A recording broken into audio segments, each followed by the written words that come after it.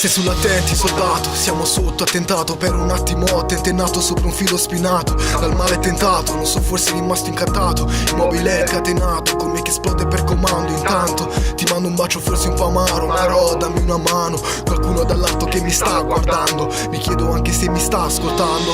Se vuoi ti accompagni in questo viaggio, destinazione posto magico, mio caro compagno. Metto nero su bianco, voglio luce solo per un attimo. Se sei stanco di seguire il mio passo, mi fermo e riprendo fiato. Respiro questo passato, cosa è stato.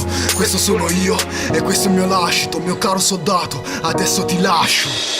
L'amore che mi ha fottuto e le amicizie false grazie a questo che sono cresciuto. Sono in piedi su una lama di un rasoio, decidendo se volare in alto oppure schiedarmi solo. Vado avanti ma vedo il vuoto, mi sto chiedendo quale sia il mio vero scopo. Trattenendo tutto dentro, trovo che esplodo. Se cerco un sentimento ci trovo poco. E già so che non mi sveglio se non ti vedo e non mi riprendo. Se non ti prendo e ti perdo, così che dopo io mi spengo come senza acqua in un deserto senza vento. E non mi invento la felicità in un miraggio. Ringrazio gli amici di sempre e con coraggio vivo la mia vita ad ogni costo, predisposto a non mi far abbattere più da un amore non corrisposto mai.